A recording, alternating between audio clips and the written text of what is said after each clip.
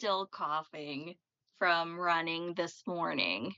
Oh, really? Yes. I Hmm, sound like I spent the last 16 years in a coal mine. It's really? fun. Yeah, you were saying you were sick a few days ago. Last weekend, I was all fucked up. Rory's been sick, so I'm pretty sure we were just sharing junk. And then running in the cold is just like a shock to my system. And I used to be that kid who'd get bronchitis all the time when I was little.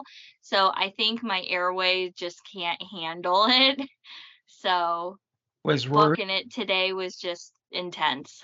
Rory's in pre-K now, or is she in No, she's kindergarten? kindergarten. Yeah. Oh, She's well, in the there you big go. kid school. Yeah. Well, and I mean, this is the first cold she's had this year. Normally, it's like every other week when she was in like daycare, she'd be coming home with something. And it was so annoying. Just because she just never got a break. She was just always sick. And I just felt terrible because, when they're that little, unless they're like on the verge of dying, they don't get medicine. The doctors are like, oh, just let it run its course. They'll be all right. And I'm just like, she can't fucking sleep. Like, what do you want me to do? And they're just like, she'll be good, she'll eventually get used to all the germs and then she won't get sick as much. Which, I mean, she really hasn't been sick since probably, I don't remember last time she was actually sick. It's been a while. So, Have they banned peanuts at her kindergarten? I think there is a kid in her class who does have an allergy. So when it comes to like bringing in homemade snacks and stuff, they usually discourage it. And they would rather them bring like neutral healthy snacks. But yeah. How long do they expect a kid like that to last? It's not like the whole world's going to do that, you know? I know, but when they're that little, I think it's more of a common sense thing because kids don't stop and think about, what could have peanuts in it, you know? Oh, So, I mean, I can see where if they accidentally ate something and then they're in trouble, especially if they're anaphylactic, they're not necessarily going to have an EpiPen on hand because it's not like anyone knows how to administer that other than their parents. well, So, not only can they not prevent peanuts from getting into other things that are not peanuts, but they can't even do that with insects. There's yeah. all sorts of insects in our food, and we're not aware Hmm. that they're there.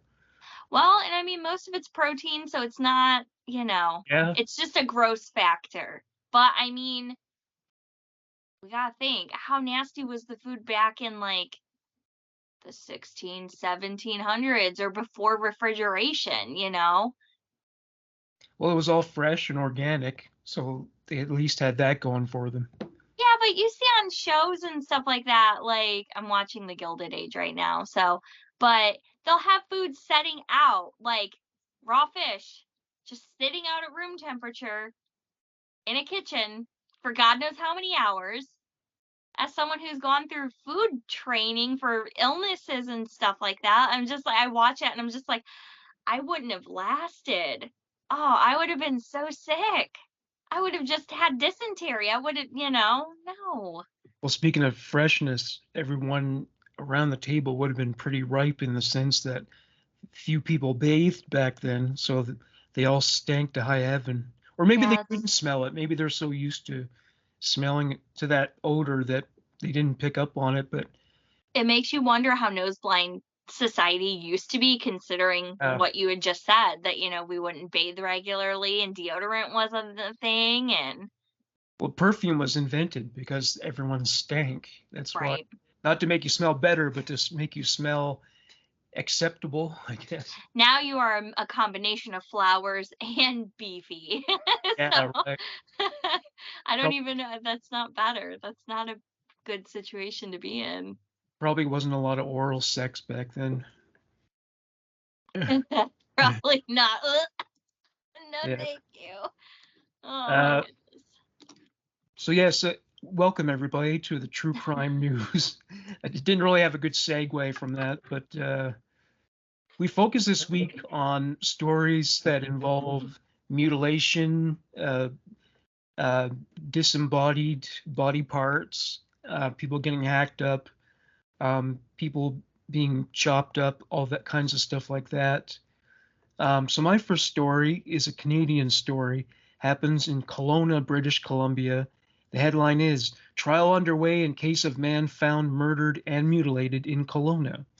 A Kelowna woman was the first to call 911 after finding her husband's body. So, when a Kelowna widow discovered her husband's body, he was wearing clothes that were not his own, with a large gash on his neck and a knife where his penis should be. So he became a partial cyborg, I guess. Uh, Brenda Adams took the stand on the first day of the murder trial in the death of her common law spouse, Darren Middleton. On October 16th, she told a BC Supreme Court room in Kelowna what she saw when she found her late husband's body at approximately 2 a.m. on June 17th, 2021. So Adams was called as the second witness by Crown Counsel in the murder trial. The accused, Gabriella Sears, was arrested under their legal name, Derek Sears, and is facing charges of second-degree murder and interfering with human remains. At the time of her arrest, the RCMP publicly identified Sears as a man. Around the time of the incident, Sears would publicly present as both a man and a woman, but she now identifies as a woman. So while on the stand, Middleton's widow explained that on the afternoon of June 16, 2021, her husband left their house to do some landscaping work. Adams said that Middleton took her truck and their dog for the sod laying that he had planned to do at his employer's house. When he uncharacteristically failed to return home, she began to worry. Adams told the court that Middleton did not have a cell phone, so she was unable to call him. At approximately 9 p.m., Adams took their other truck and went out looking for him.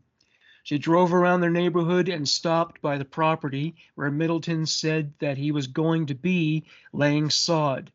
Adams said that her husband's equipment was still out in that field, but her husband, dog, and truck were nowhere to be found. While looking for her husband, Adams claimed that she saw Sears walking down the middle of the road. Sears was wearing a leather skirt and white top and was carrying a blue bag, according to Adams. Gabby was in her own world, said Adams. She said that Sears was walking down the middle of the road with her head tilted back, eyes closed, and appeared to be dancing. Crown told the court that Sears had a work-related friendship with Adams and Middleton, and it is not yet clear what exactly the relationship entailed.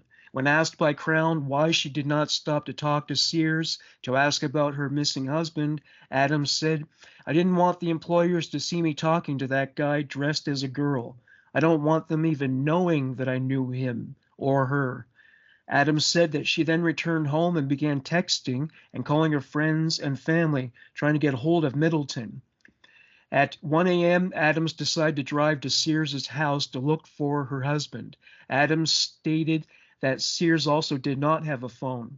When she pulled up to the house on Sycamore Road in Kelowna's Rutland neighborhood, Adams said that she saw her truck parked in the driveway with their dog, Spook, sitting inside. Adams said that all of the lights in the house were off and everything was silent, but the doors were open. Adams said that she let the dog out of the truck and said, "Spook, go find Daddy." She said that the dog immediately jumped out and ran into the house through the open door. The dog reportedly sprinted back out of the house and down the street, feeling frightened. Adams explained that she entered the house calling out to her husband and Sears. Adams told the court that the house was dark and quiet, other than the sound of running water. While calling out, she walked towards the sound of the tap, which was coming from the bathroom. There, she said that she also found her husband lying on the floor of the bathroom. He was laying on his back on top of a piece of cardboard, said Adams through sobs. Although not covered in blood, he had a large gash on his neck. "It was very, very deep. I could see into it," said Adams. He was wearing a shorts and t-shirt. The fly of the shorts was undone and the shirt was pulled up, revealing his stomach. Adams said her husband's severed penis was laying on his stomach, and a knife was placed on his groin, where his penis should have been. Middleton's testicles were later found to have also been removed. Adams said that the bathroom was smeared in blood and the bathtub was running. It also was covered in blood. She said that there was a bloody mop in the bathroom. Adams testified that she remembers her husband looking dead, with pale skin and bulging eyes. Excuse me. Immediately she began to yell and cry, but she said that she quickly quieted herself when she thought that Sears may still be in the house. Adams ran out of the house and began screaming for help. Her dog came up to comfort her when she called 911. Adams and her dog Spook waited in her truck for the police to arrive. While she waited, she texted Middleton's employer and wrote, "Derek killed Darren." When police arrived, they secured the scene and Adams gave a statement. Sears was found and arrested shortly after. In a voir dire that took place prior to the trial, the court heard that Sears told police that she was acting only after being sexually assaulted. The confession to police, however, cannot be used as evidence in this trial. Justice Roy ruled that RCMP did not follow proper protocol and the spontaneous admissions are not to be used as evidence in the trial. If Sears is found guilty of second-degree murder, she may be sentenced to life in prison. Wow. That's interesting because this person's transgender. I wonder what would have motivated them to castrate that guy. I mean, I don't think identity has anything to do with it. Why have females in the past decided to castrate men? Yeah. I mean, they don't know if the sexual assault part is true. Maybe it could be a Silence of the Lambs situation. Could be a lot of things. Yeah, she covets, and he had what she was coveting, I suppose.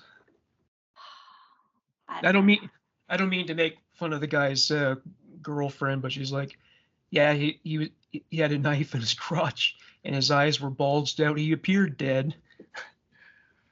So how would you think someone who's dead would look? Like, were you not I don't know. Yeah, well, Were I mean, they not expecting them to look like that? Like, I mean. Yeah, that's true. I mean, I've never actually seen a dead body in real life. I've gone to like 2 funerals in my life, and there were no viewings at these funerals, so I haven't had the pleasure. It's not exciting. No, I would imagine so. Then again, at funerals, they make them up so that it's as undisturbing as possible, I suppose. Yeah, they do. There's a lot of work done for funerals if you're going to have the body actually be presented. And there's a lot of makeup. There's a lot of little tricks that they do. But I mean, as far as dead bodies go, I've seen 2 because I walked crime scenes for when I was doing my degree. And they had just passed. So it wasn't anything.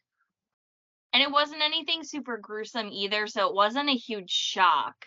Yeah. I mean, mainly the shock came around just for one of them, it was the age of the person who died, and then for the other, it was the surroundings because like they passed away at home and I mean, it was before Christmas, so you could see like they had their tree up, there were presents, they had food that they had prepared to eat that they didn't get an opportunity. Like it just was so fast, and it was just like it just hits you, and it's like holy shit! Like this, obviously, it just changed so quickly. So were their eyes open? Actually, so with the one, no, because they passed away in their sleep. But with the other one, it was a drug overdose, and they had the top part still covered with a sheet for the most part. So I didn't notice because that person passed away. They OD'd in the bathtub. So by the time I got there, the fire department had already pulled them out of the bathtub, so they were laid out on their bathroom floor with a sheet partially over them, but they still had the needle sticking out of their arm. And they're like, don't take it to the morgue yet. We got some students going on a field trip to come and look at. No. I was shadowing the coroner's office. Oh, I see. Okay. So I was like the only one normally not on the scenes who was there. But they were in the process. I had gotten there maybe a half hour before the coroner showed up to actually remove the body. So I got to meet all those people. Oh yeah.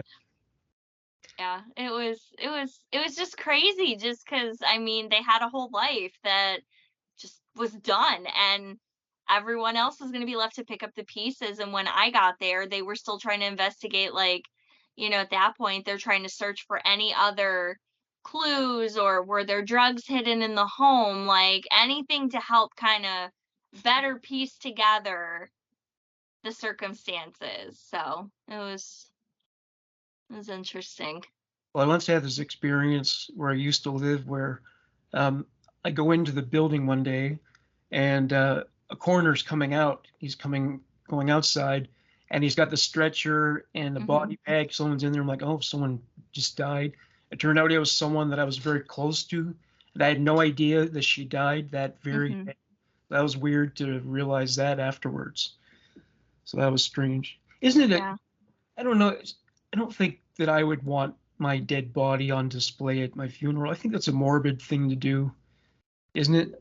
I mean, what can be gained? It's not really you anymore. You're just meat, It's the vessel. I think it's the closure aspect, Maybe they didn't get to see you in real life before you passed, so at least they get to say goodbye, even though people who go through the embalming process never look how they did in real life. It's still something. I've thought a lot about like what I would want done after death. And for a long time, I was hell-bent on donating my body to the Mutter Museum in Pennsylvania. I was like, just flip me inside out so people could see my shit. Like, let people learn from what I was and what I looked like. And then I was like, I guess that is such a common morbid request that they don't take that anymore. And I was like, well, I mean, I could always donate myself to a body farm so that other students can learn, the stages of decomp. But then I was like, well, I could also be cremated. And then, like, you can turn your ashes into, like, fucking jewelry. Or now they have vinyl, like, so I can be cremated into a song. But that's so complicated. And then now they have these things where your body can be put in a pod and then, like, a tree can grow over you. Like, I don't know. I don't fucking know. I don't know. Well, or I could just be stuffed. My grandpa joked he wanted to be stuffed in the sitting position so he could go on car rides and still hang out at Thanksgiving dinner. Oh, like taxidermy or something like that? Yeah. Like, I'll be in all the family events. Yeah, that's true. He'd prop you up, yeah. Didn't happen, though. I'm no Ed Gein, but it would be interesting to dig up the graves of people who were buried in the 70s and see if they're like skeletons wearing leisure suits and platform shoes. Probably. Yeah. It's like, oh damn, you picked the wrong era to die in. Look at all this velour. What is happening? Yeah, right. All right. So my first story is not too intense. It was weird though. This one caught me off guard. A man nailed his 5-year-old girl into a hidden compartment to stop officials from taking her away. Yeah, a father was arrested last week after his young child was found hidden in a compartment, police say. It was an apparent effort to stop authorities taking the 5-year-old away from the home in Tontatown, Arkansas. Police went to the home of John Thompson, 40, on November 2nd, along with officials from the state's Human Services Department, according to Fox affiliate KNWA. Thompson had to pull a board that was nailed to the wall to reach the girl inside a small space cut inside a closet wall. Thompson was arrested on suspicion of false imprisonment, endangering the welfare of a minor, and interfering with child custody, among other things. Officials in the various media reports did not name the girl. As of Wednesday, Thomas has not been charged and was released from jail on a $5,000 bond on Sunday. When police first knocked on his door that day, Thompson wouldn't open it, saying the child wasn't there and that he had papers confirming he had legal custody of her. After he finally let them in, the police heard banging per the outlet. Police released body cam footage seeming to show Thompson calling baby, baby as he accesses the space.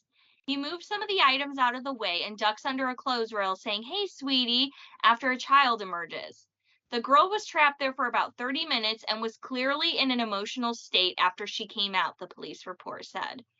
The juvenile discusses being afraid to go inside the hole in the wall, but that her dad wanted her to do so and told her if she did not go inside, she would be taken away from him. Thompson admitted to hiding the girl to stop officials taking custody of her. "For the record, I love my daughter," Thompson told CNN by phone. He otherwise declined to comment. Police also suspect Thompson of possessing body armor and drug paraphernalia. Yeah, I don't think there are a lot of good reasons for putting children in cabinets and locking them inside. Yes. I'm racking my brains, but so far I'm not coming up with any. Even it didn't even work out for Anne Frank, and she had a whole attic with her family up there.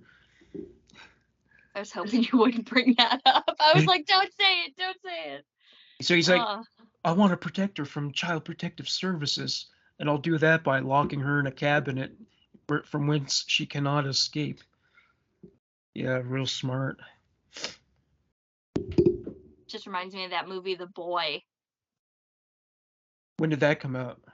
A few years ago. Did you? Spoiler alert. So no one wants to know how it ends. Did Fast you ever forward now? Did you ever see Room? Huh? Did you ever see Room? About a woman and her son who were trapped in a very small place and couldn't get out for years. But the one movie I watched, the long and short of it was the son had lived, like, he committed a heinous crime in his youth and his parents faked his death. So he basically lived in the walls of his home in secret for like years. Like he basically grew up in this catacombs of the house because it was like an old mansion. Oh yeah, it reminds me actually of this 70s TV movie called Bad Ronald. Great title, right?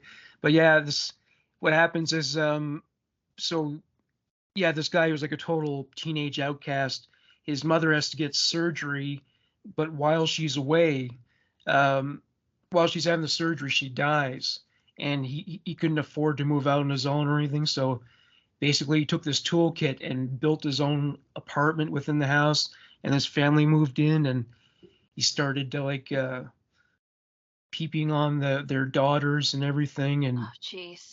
At one point even like kind of confronted one of the daughters. Can you imagine how creepy that would be? There was, oh God, there was a show I watched one time. I think it was like called Your Worst Nightmare. It was on Discovery, like ID.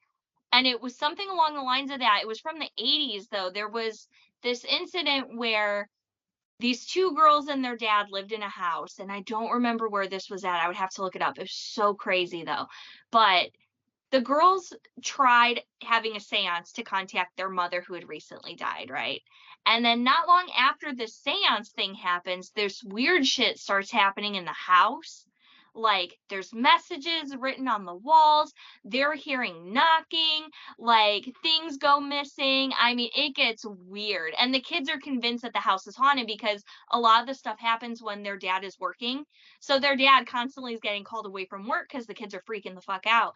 Long story short, it turns out being this guy, well, this teenager that the older sibling had gone on a date with, like one time, and it didn't go well, and he was obsessed with her, and he found a way to sneak into their house and hide in the fucking walls. Oh Jesus. Oh, it gets worse because eventually he does murder somebody, but like, I mean, it went so far as the dad came home one time and this kid was dressed in his dead wife's fucking wedding dress Oh man. and tried to attack him. It was the most insane thing I've ever heard. It freaked me out. Oh, Like I don't get like creeped out easily, but that story, I didn't want to sleep by myself for a while after that. Well, I'd have to sell that damn house because that I couldn't live there after that. I mean, It was just so weird. It was so weird. And I'm just like, and the fact that it was real, like, oh my, I don't know how those girls would overcome that, you know? probably not. So much therapy. Okay, so I got another one about a woman who mutilated a person's corpse. So the headline is Wisconsin woman convicted of homicide, mutilating a corpse, sexual abuse after death of boyfriend. So, yes, a Wisconsin jury on Wednesday convicted Taylor Shabusiness. Interesting surname. We just did this story. We did? Yes, a couple. Yeah, because. Oh, fuck. Okay, I'll do it. Yeah, because I did that story. You did it. Oh, shit. All right, so here's one from. Sorry, Morgan.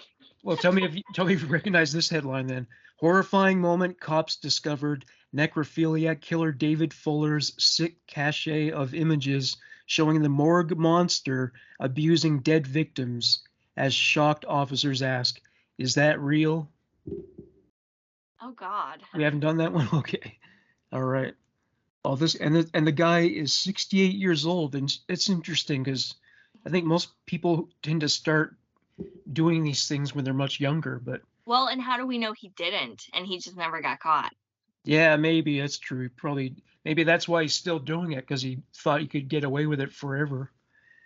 Yes, so this is the moment police discovered a necrophiliac killer's sick cache of images that show him sexually abusing dead victims at the morgues where he worked. Also, he worked at the morgues. That's comforting. David Fuller, 68, murdered Wendy Nell, 25, and Caroline Pierce, 20, in 1987 before going on to sexually abuse 101 corpses at his workplace from at least 2007. So the father of four was not linked to the murders until 2020, which led investigators to search his home and uncover almost 900,000 files of him abusing corpses of females aged between, drumroll, No. 9 and 100. What? Yep. They were 100-year-old women in there somewhere. And he has 4 kids? Yeah, he had 4 kids and a wife. Yeah. The crimes were committed at the now closed Kent and Sussex Hospital and the Tunbridge Wells Hospital in Pembury, where Fuller had worked in maintenance since 1989. The moment police officers uncover these shocking images has been shown for the first time in Sky's true crime documentary, David Fuller, Monster in the Morgue. I'm going to have to watch that documentary. Body cam footage shows cops searching Fuller's cramped home office in Heathfield, East Sussex, England, when they stumble on some pictures. One asks, were they ones he'd taken? While another off-camera officer says, why do they look dead? Female officer then asked, is that first one, is that real or made up? So the team then find a drawer filled with USBs and floppy disks at the bottom of a wardrobe. They would later discover they contain almost 900,000 files of him abusing bodies at the Tunbridge Wells mortuary. While being interviewed, Fuller later tells detectives, I'm not insane. I may have some sort of residual personality problems, which I've gone a completely almost Christian life and a deadliest life altogether at the same time with no crossovers. It's just 2 different personalities. Shut up. Yeah. Kent Police's DI Shelley Chandler said her first reaction while working the case was complete disbelief. She said, "This was an ordinary man. He was married, he had kids. It's difficult to get your head around that any human could ever even think to do that, and that they discovered some more." She added, "It's like he's two people in one. He leads a normal life going about his own daily business, and on this other hand, he's out murdering women." An examination of Fuller's computer hard drive at his home revealed 818,051 images and 504 videos of his abuse, as well as evidence of his persistent interest in rape, abuse, and murder of women. Fuller's victims included nurses, teachers, a pilot, a skier, a war veteran, wives, and mothers who had nurtured families. Many were still wearing defibrillators and catheters at the time Fuller abused their bodies. Among those whose bodies were abused by Fuller was a 92-year-old Second World War hero who worked at Bletchley Park. Her daughter previously said he has done the most heinous crimes, something our family must live with daily. So yeah, this guy's like BTK, he living that double life. I don't understand why people get so shocked by that aspect anymore. Yeah. Just because obviously if, I mean, hidden in plain sight. Yeah. It's a survival thing. They're cunning like that. They're disgusting like that. Yeah, and I often wonder, and I know most people who work in mortuaries and morgues and funeral homes, they're not freaks like them. But you got to wonder, what is it that draws them to those industries? Is it just the demand for it financially, or to become like a coroner where you want to examine dead bodies for your whole career?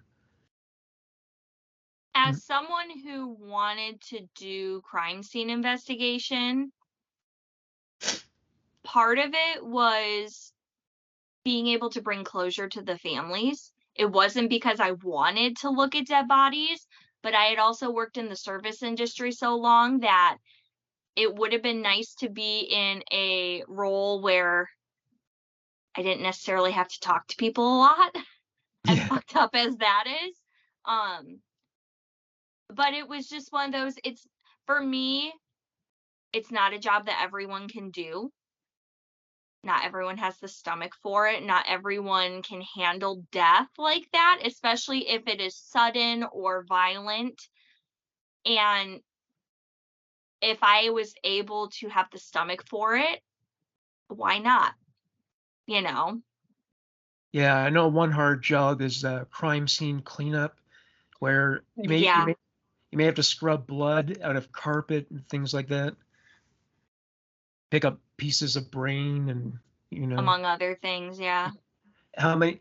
I don't know what the demand is for people who are willing to do that, but maybe that's probably pays a lot. I It's would in assume it would just because it's hazardous. You're yeah dealing with all the bodily fluids, all the, and I mean, depending on how they were when they died, I mean, that's just complete biohazard. and if it was summer and they were just like laying there for like weeks, it's gonna stink to high heaven. Yeah, the That decomp's gonna be disgustingly rough. yeah, that smell can apparently can haunt you for life. You don't forget the smell of rotting anything. It just has this distinct odor and you never forget it. You don't necessarily it's like a core memory. It's like burned into your brain. Yeah. Well, It's weird. I suppose you get used to it after a while. It's like people who work in the sewer, that's disgusting at first, but they Well, probably and I'm sure they have tricks too. I've heard of some people, especially like detectives and stuff, if they're working crime scenes where the decomp smell is overpowering, because it will make you sick. I mean, it's just putrid. yeah. But they'll use like Vicks, up in their sinuses, so it Oh, kind of yeah. mutes or blocks it. You know, I don't know how commonplace that is, but I mean, I think to a point, depending on the level of decomp and, the gases and all the decay surrounding it. I mean, I'm sure some crime scenes are easier to manage than others, and time of year obviously is a factor and everything else. But Yeah, yeah, maybe they wear like something like a hazmat suit too with like a gas mask. I don't know what kind of gear they wear. I think for crime scene cleanup they will wear stuff like that. I don't know about actual like when they're doing the initial investigations. It's hard to say. Yeah, yeah. Well, I mean, they have to be careful not to let any of their DNA get mixed up with it. So, yeah. Absolutely. All right, story number 2. Guardians tortured teen for nearly a decade with boiling water, beatings, locking her in closets with a bucket for human waste. A 46-year-old woman and her 43-year-old boyfriend in Florida were arrested this week for allegedly torturing and abusing a 15-year-old girl in their care for nearly a decade, leaving the child with scars from head to toe. Latricia Elizabeth Crawley and Benjamin Lockett were taken into custody on Wednesday and each charged with 1 count of aggravated child abuse and 1 count of child neglect with great bodily harm. According to a probable cause affidavit obtained by Law and Crime, officers with the Margate Police Department on Wednesday responded to the couple's residence located in the 20 block of Northwest 79th Terrace after the victim wrote a message to her online instructor saying that she needed help and asked to have the police sent to her home. Upon arriving at the scene, first responders said they found the victim with a laceration on the side of her head that was swollen and bleeding. Officers learned that Lockett had punched the victim in the face with a closed fist, causing her head to slam into the corner of a desk. The child was transported to Broward Health Coral Springs for treatment.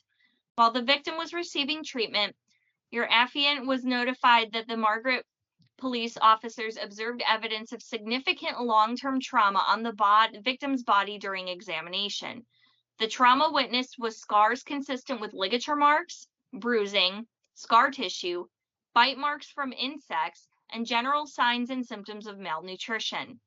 The victim told a detective that Crawley and Lockett had been her legal guardians since 2014, since which time they had willfully and maliciously tortured the victim, unlawfully caged the victim in 2 different closets, and have willfully abused the victim in manners that have caused permanent disfigurement. Inside the home, police said they found 2 closets with locking mechanisms on the outside, one of which had blood spatter on the inside. The victim explained throughout her time at the residence, which was approximately 10 years, Crawley and Lockett would lock her in one of these closets, at times bound by zip ties, where she would sleep and was provided a bucket for her to urinate or defecate in. The defendant would often pour cold water on the victim while she slept just to see her wake up. The investigators also said the child exhibited the signs and symptoms of being starved, as the outline of her bones were visible, especially around the spine. Police said her appearance was consistent with claims that the victim was starved as a form of punishment. The victim provided investigators with the following approximate incidents of particularly extreme abuse, including the approximate dates and injuries suffered. In 2019, when the victim was 11 years old, Lockett allegedly kicked her in the chin, resulting in a noticeable permanent scar, which was observed by detectives. In 2021, when the victim was 13, Crawley allegedly oiled her knees and forced her to kneel on uncooked rice for several hours at a time for several days in a row, resulting in permanent disfigurement to her knees in the form of scar tissue, also observed by the detective. Also in 21, Crawley allegedly tied the victim to a fixed object and struck her toes with a hammer, which resulted in severe pain and bleeding. In 2022, when the victim was 14, Crawley and Lockett allegedly both tied and bound her to different objects on multiple occasions with a nylon rope, causing permanent disfigurement to the victim's skin on her shoulders, wrists, and areas of her stomach in the form of scarring and hyperpigmentation. That same year, Crawley allegedly threw a pot of boiling water at the victim, causing permanent scarring to her stomach. The victim also said Crawley and Lockett would regularly punish her by taping her eyes shut and dunking her head in water. Police said the child became so upset while explaining the abuse that she began to cry uncontrollably, and the interview had to be put on hold to give her time to recover. While they were in custody, police noted that neither defendant made any attempt to locate or ask about the well-being of the victim, who'd been taken into custody by Child Protective Services. Crawley and Lockett both appear to have been released from detention, as neither of their names appear on the Broward County Sheriff's roster of current inmates. Jesus. And, it's really sad to think of how a lot of kids who have been abused by their biological parents end up in the foster system, and then they become victims of people like this. Right. And, it's just like, I don't know if they don't bother to screen these people, or if the foster parents are very good at avoiding that kind of thing, or if they just lie and say, oh yeah, we'll take good care of them. But that's such a common thing. Like the Turpin kids, they were taken out of their parents' home, but then a lot of them ended up being abused by foster parents after all they went through. Right. It's a real shame. Yeah. I wonder what it's like to be a social worker, right? That I don't think I could handle that. Well, I did interview one once, which I had to kind of do as like a text-based interview because she couldn't identify herself. Mm-hmm. They're not allowed to speak to the media. And well, she said things would happen like, she would talk to the birth parents and say, these things have to change in order for the children to be returned. And they didn't really want to, but they're just like, yeah, whatever, just telling them what they want to hear.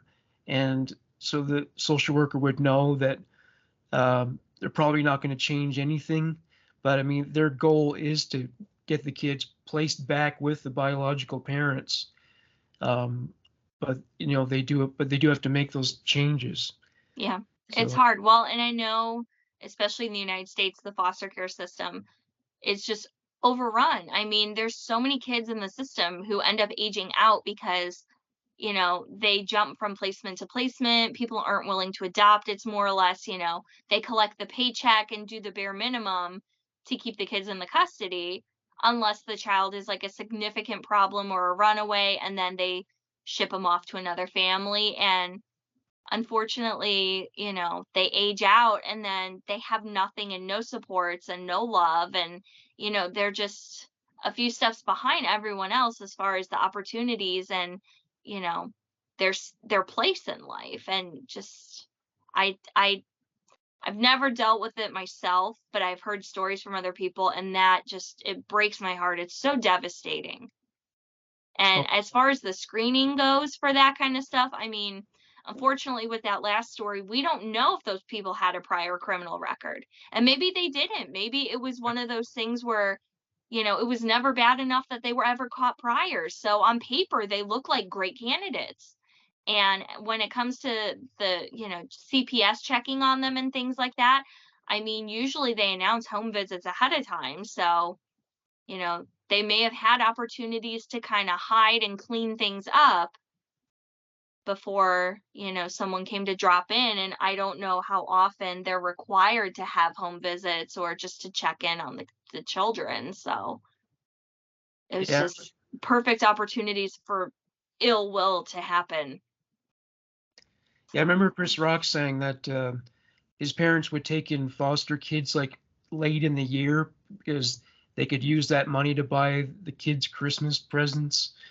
But they didn't mistreat the kids. I mean, in a lot of foster homes, even if this kind of torture is not going on, a lot of shit can happen, like not allowing the kid to eat dinner with the family. They have to sit in the basement or something like that. Mm-hmm. Like always just alienating them, making them feel they're not a part of the family. But Right. So I don't know. It just seems like, I mean, maybe they shouldn't pay people, but on the other hand, if there was no financial incentive, would anybody bother at all? Well, that's the thing. Even with financial incentive, there's still a lot of people who don't help these kids. Yeah. Well, I mean, and I have to admit, I mean, a lot of these kids are victims of abuse, and they may end up acting out, and doing strange things or being difficult to deal with. Actually, because today I've been listening to the audio book of House of Secrets, the book about the Okay. Yeah. Sexton family, and they were talking about when Michelle Sexton was in foster care, and like the foster parents were very kind to this girl, but she just, she would curse at them and throw tantrums and shit, and they were very patient with her, but there's only so much you can take. Right. But certainly it was no surprise that those kids ended up in foster care. You. All right, so move on to my next story. And this is an issue that I've been kind of passionate about for a long time. It's a very appalling practice that happens in um, places like the Middle East and in Africa. So the headline is Woman convicted of taking British girl 3 years old for female genital mutilation in Kenya. So Amina Noor, 39, found guilty of assisting another person to carry out female genital mutilation in first conviction of its kind. So the date of this article is, let's see, where's the date? Well, it's not there. Oh, okay, so yeah, was it this year? I think it was this year. So yes, a woman has been found guilty of handing over a 3-year-old British girl for female genital mutilation during a trip to Kenya in the first conviction of its kind. After a trial at the Old Bailey, Amina Noor, 39, was convicted of assisting a Kenyan woman to carry out the procedure in 2006. Okay, so it happened that long ago. The conviction, which carries a maximum sentence of 14 years, is the first for assisting in such harm under the Female Genital Mutilation Act of 2003. The only other successful prosecution under the act was in 2019 when a Ugandan woman from Walthamstow, East London, was jailed for 11 years for cutting a 3-year-old girl. Campaigners said the verdict showed that the introduction in 2015 of mandatory reporting of suspected female genital mutilation was working. The senior Crown prosecutor, Patricia Strobino, hailed Noor's conviction, saying, "This kind of case will hopefully encourage potential victims and survivors of female genital mutilation to come forward, safe in the knowledge that they are supported, believed, and also are able to speak their truth about what's actually happened to them. It will also send a clear message to those prospective defendants or people that want to maintain this practice that it doesn't matter whether they assist or practice or maintain this practice within the UK or overseas, they are likely to be prosecuted." Strobino added, "Part of the challenge of this type of offense is the fact that these types of offenses occur in secrecy within specific communities within the UK. Although these offenses and practices are prevalent, it is often very difficult to get individuals to come forward to explain the circumstances of what's happened to them because there was a fear that they may be excluded or pushed away or shunned, isolated from their community." Previously, the prosecutor, Deanna Here KC, said that Noor traveled to Kenya with the girl in 2006, and while there, took her to a private house where the child was subjected to female genital mutilation. The crime only came to light years later when the girl was 16 and confided in her English teacher at school.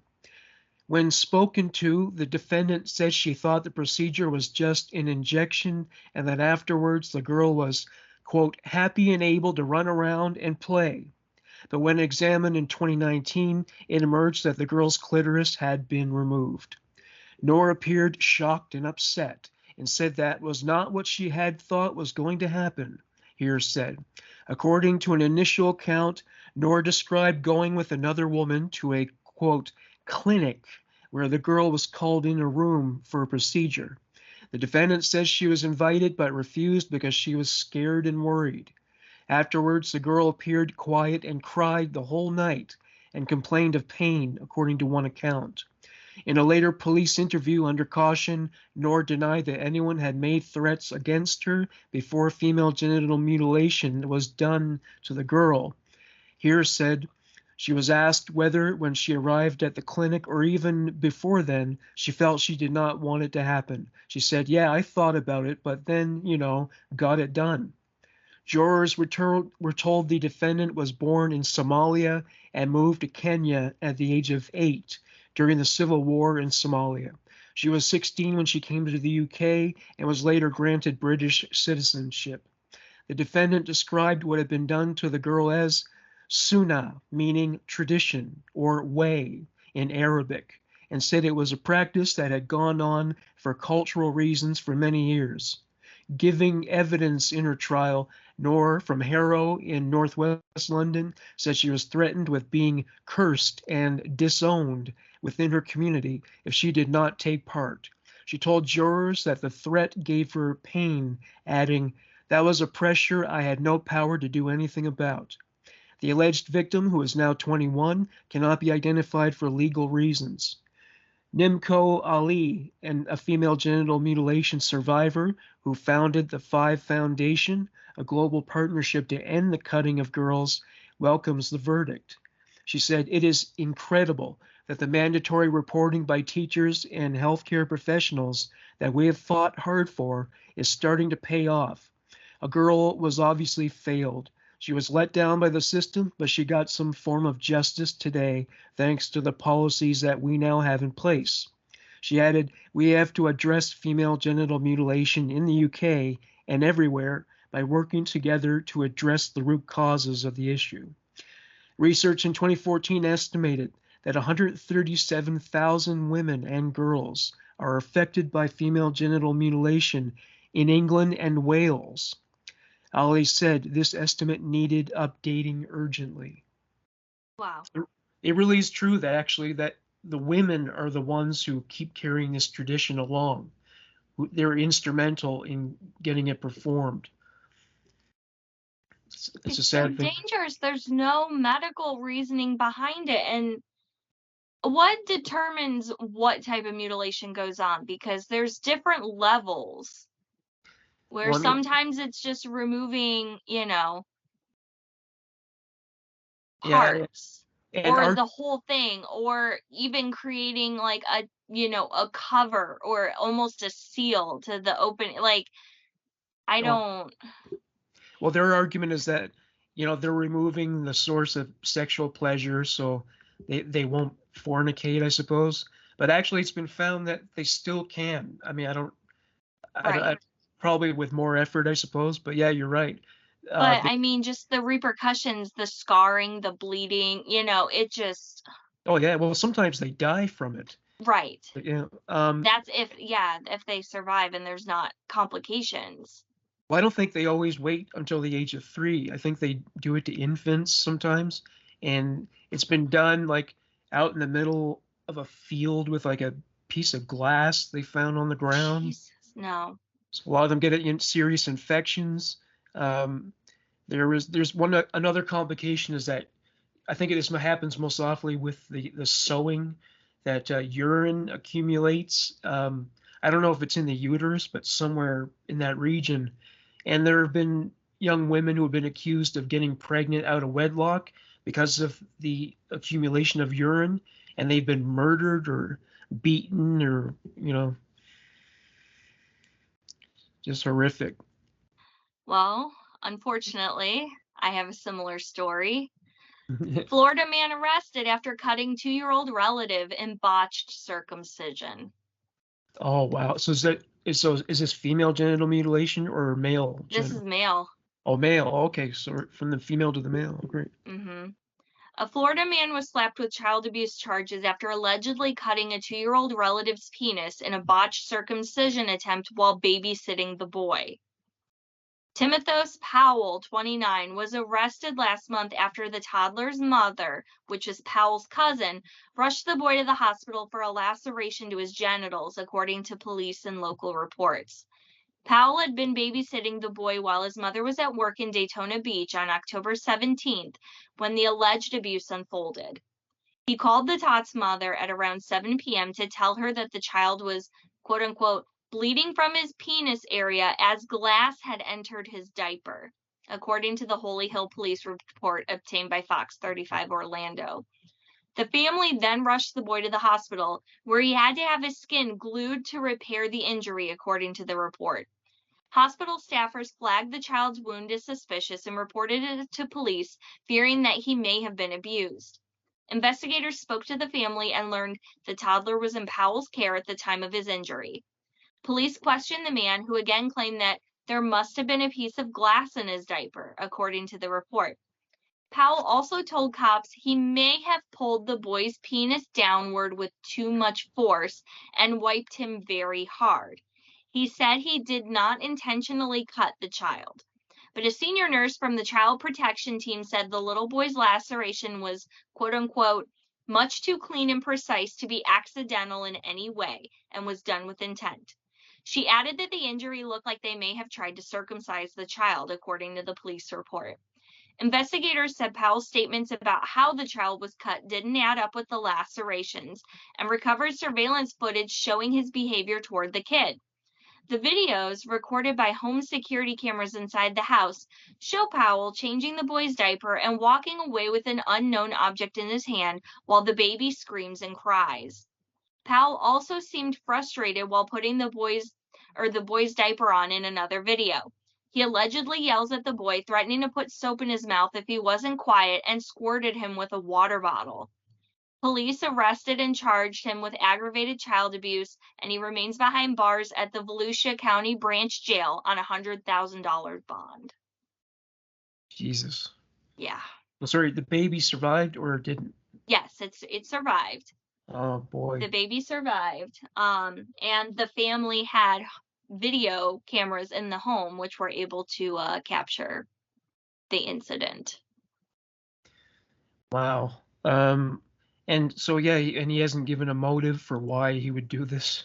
No, he's claiming that what happened didn't, and that if anything, he was rough wiping him after a diaper change, which that absolutely would never happen.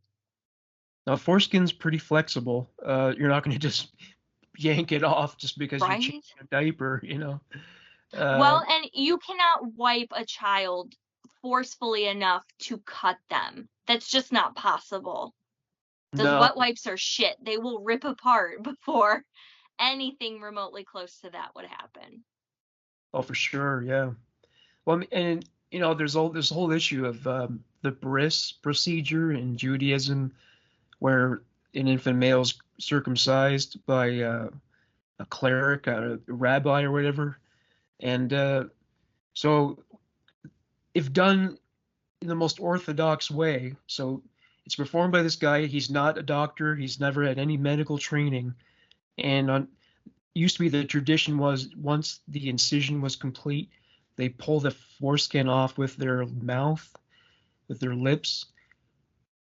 And it begs the question, I mean, that is their culture, their religion, but is that wrong? I mean, because basically you got fellatio for a split second there. Well, and it's unsanitary because it's a mouth.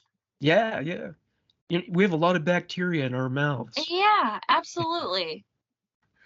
Yeah, I mean, I remember reading one story about a guy who performed a bris, ended up giving the baby some kind of STD that can be communicated through the mouth. I think it might have been herpes or something. Oh, wow. So yeah, kids starting off life with an STD, you know. But yeah, I don't know if they now use, like, you know, antiseptic materials, and if they put the instruments in. Yeah, you know. I honestly don't know. I've never researched that. Well, I mean, if you read the Old Testament, I'm sure you don't, but it emphasizes circumcision so much. Like I tried to read the Bible from front to back once. I didn't get very far, but I remember being really astounded by that. Like it just keeps harping on it. Like, you've got to get them circumcised, and it turned it into a moral thing. It's really weird because you know, the Bible does take an anti-homosexual stance, but it's just like one verse or two. but the circumcision thing is like chapters. It's just going on and on. Well, and you would think it would be the opposite way, because that's mutilation. If and I'm not trying to poke any bears, but based on what I understand, my understanding of religion is that God made us all the way in his image. So if men had foreskin, why is he so adamant about getting it removed? Yeah, right. I I mean, I don't get it. I don't know when that practice started, but back I when don't we know. That is a good question. back when we were like, apes, certainly every guy was uncut. So, Right. and ultimately it protected it and, from the elements, I guess. And, yeah, Yeah, but I don't know. yeah, maybe. But, well, I mean, some people argue that there are health concerns too. I've heard that it can lead to bacteria buildup if it's not properly cared for, Yeah, yeah. Well, if the guy has but like, I mean, if the guy has diabetes, he can get yeast infections. Men can yeah. get yeast infections. Yeah, I've heard that before. Yeah, yeah. Well, it's just, cultures do change that way, I guess, and women used to be as hairy as men, and they still could be if they. We still are, we just hide it. Yeah, right. Yeah, you still could have buckwheat and a headlock if you wanted to. Oh, Jesus Christ. Yeah, No, we all look like werewolves if we don't keep up with our routines and all that good stuff. Although, having been a child of the early 2000s, the fact that my eyebrows have grown back as much as they have after over tweezing them so many years ago is kind of a miracle. yeah, I suppose so. Well, not everyone's eyebrows do grow back, right? Not usually. I mean, mine, I remember being a kid and they used to be like obnoxiously bushy. I hated them. I thought they were like caveman eyebrows. And then goth phase, they were like pencil thin, just Yeah. so bad. Oh, so glad there's no pictures of that. Well, women are lucky that way. You can take the etch-a-sketch approach to your face and just do it over again. Some women just shave them off altogether and just draw them on. And I don't have that kind of time. I mean, I can't do that. You know how creepy that would be for a guy to. Well, there are a few guys who pluck their eyebrows, but it still looks feminine, right? So, You well, do we're you. allowed I don't give a fuck. we're allowed to ditch the unibrow. I think that's probably one exception we can. Yeah, I feel like. Yeah. Liam Gallagher is the only guy I know of who actually looked okay with a unibrow. Oh, Oasis. Yeah. All right, what's your next story? Oh no, Please tell me that's not more genitalia mutilation. I'm out. I'm out. But Oh, oh yeah, because you had one. Okay. I will All say right. I will say that well, I read that book called Infidel by Hersi Ali, I think is her name. She's the Somalian woman, and she became a prominent voice when it comes to that whole issue. And she talked about how, yes, like the female relatives tried to arrange for her to undergo that procedure, but she was fortunate enough to be able to avoid it. But yeah, and in fact, both of her parents were against it, but I don't know if it was her grandmother or an aunt, but they were very sneaky about it. They really believe in it. So All right. So my last story. Shocking video allegedly shows Hollywood murder suspect disposing of human remains. oh boy. Buckle up, Buttercup. This is an interesting story. Okay, new video footage shows bags containing human parts being transported in the gruesome Hollywood murder linked to the powerful celebrity agent Sam Haskell Sr. As we reported, part of a woman's body was found disposed of in a dumpster in Tarzana, California. Sam Haskell Jr., the son of a powerful celebrity agent, Sam Haskell Sr., was arrested on suspicion of murder in connection to the discovery. According to law enforcement, after searching for a San Fernando Valley woman and her parents, who have been missing and feared to be deceased, police found a partially dismembered woman's body that they believe belonged to Haskell Jr.'s wife, or his mother-in-law. Before the discovery, a group of day laborers were reportedly hired to help move trash bags, which were later discovered to be containing body parts. The laborers took the trash bags out of a Tarzana home, but, quote unquote, when we picked up the bags, we could tell they weren't rocks, one of the workers said in Spanish. The labor workers described the trash bags as soft and soggy and weighing about 50 pounds. As they drove off with the trash bags, they felt something was off, so they decided to check out the bags. They pulled their truck over, and that is when they started seeing body parts within.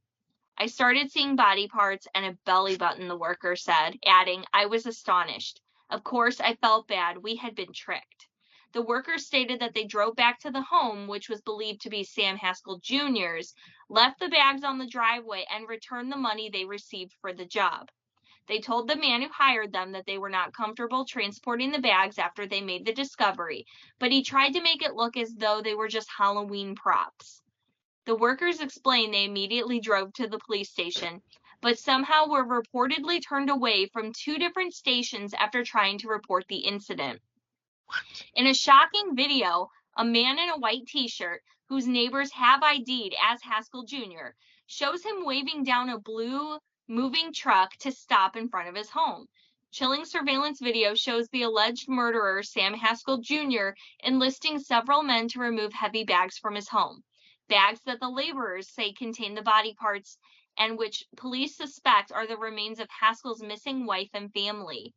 In the surveillance footage, 2 men believed to be the labor workers are seen dragging out what appears to be a large black garbage bag down the driveway. The 2 men then load the bag into a truck. After loading 2 garbage bags, Haskell Jr. walks back into his house while the workers drive off in their truck.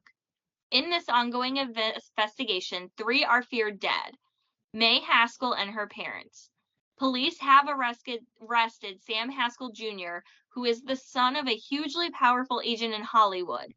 Officers launched the murder investigation after a woman's remains were discovered around 6 a.m. after a homeless person was going through trash bins in the parking lot of a commercial building. May Haskell was married to Sam Haskell, whose dad is a powerful celebrity agent who represented celebrities like George Clooney, Martin Short, Dolly Parton, Kirstie Alley, Tony Danza, Whoopi Goldberg, Prince Edward, Kathy Lee Gifford, Ray Romano, and Debbie Allen. Wow. So his son did it. Yes. He killed her. His son allegedly killed his wife as well as her parents, and then dismembered the bodies and attempted to dispose of them. Damn. And he thought that people would think they were horror movie props. Like, I guess in Hollywood, people might believe that for a second, I suppose. If you put them in packaging, you know, but he didn't put them in cellophane. 50 pounds worth of body parts in trash bags. And if they're soggy,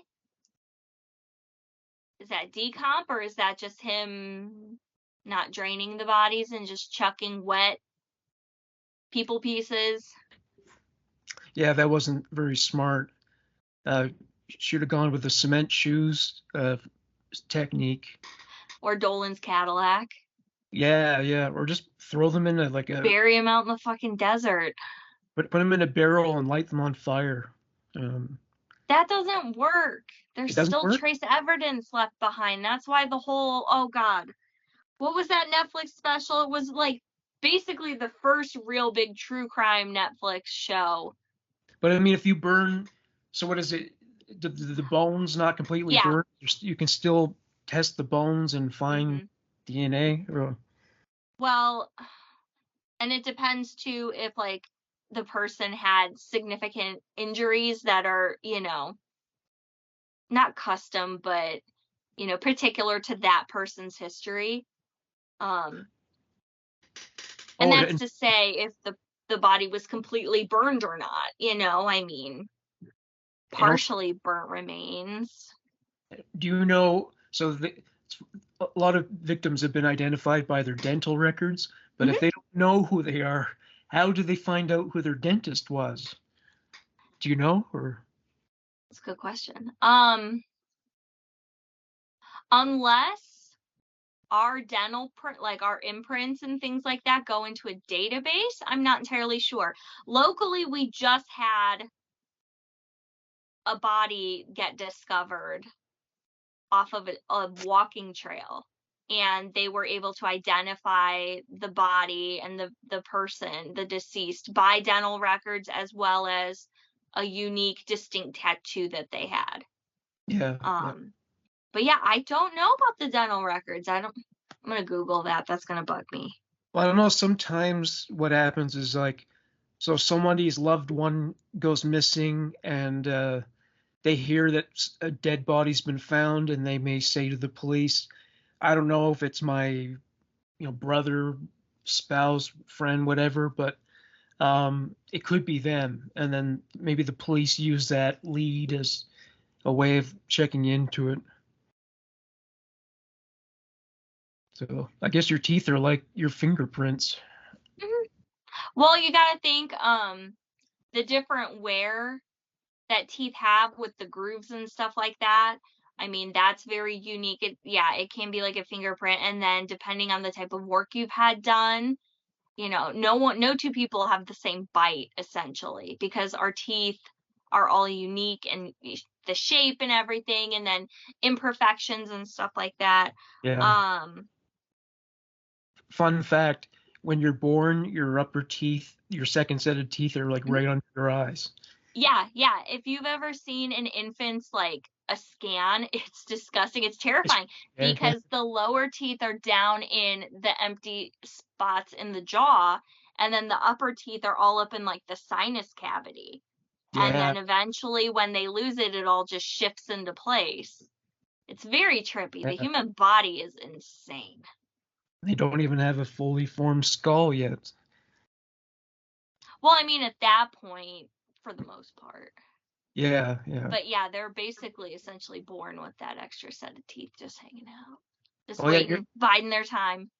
So you're still the tooth fairy, aren't you? That should probably go on for a couple more years or something. We haven't even started yet. Oh yeah. Her teeth are holding on for dear life. So, Oh. But I mean, usually kids will start losing their teeth around age 5. So I mean, it can happen anytime. Yeah, that's right. So, but that's the one time in your life when you can get away with having a missing front tooth and not look like a complete dork. Oh no, you still look like a dork. It's just more acceptable because you're little. Yeah, everyone's like, oh, it's cute. But I would be devastated if I lost a front tooth. I put so much money and effort into my mouth and just having. I met this woman at a place where I worked. She had a missing front tooth, and I felt so bad for her because she's a really nice person. And I imagine people judge her for it, and it costs a lot of money to get partials or implants. Mm-hmm.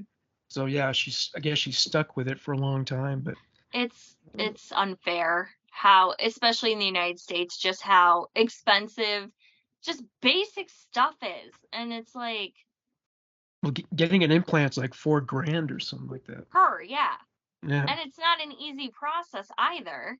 And it's extremely painful. I've known people who went through the process of getting their real teeth removed because their teeth were, they could have been ill or had issues, just bad teeth, and getting them pulled so that they could eventually get dentures. And even then, it's like a process to get them properly fit. And then it's like, well, the dentures come initially just like huge, like they look like you're wearing big old fakey teeth that don't even fit, and then you got to get it filed down and all that shit, and it's a whole thing. And with the implants, no matter, they may give you Novocaine to make it painless, but you're gonna feel a metal screw going into your jaw, and that's gonna. Well, I feel like at that point they just need to knock you out. Yeah, maybe you should just go to sleep, Yeah, just unconscious. I do not want to deal with that. That's what they did when I had my wisdom teeth removed. They just put me out. Yeah, I had mine were impacted, so they were still in the gum line. So they had to knock me out because they had to cut it into my jaw and get all that shit out. Yeah. It's fine. Yeah. It was fun. I don't miss that. No, I don't miss it either. Well, on that note, I think we can wrap this up now. Thank you very much for joining me once again, Michelle Gower. Always a pleasure to be here. Always a pleasure. Have yourself a great weekend. You too. Take care. Bye-bye. Bye.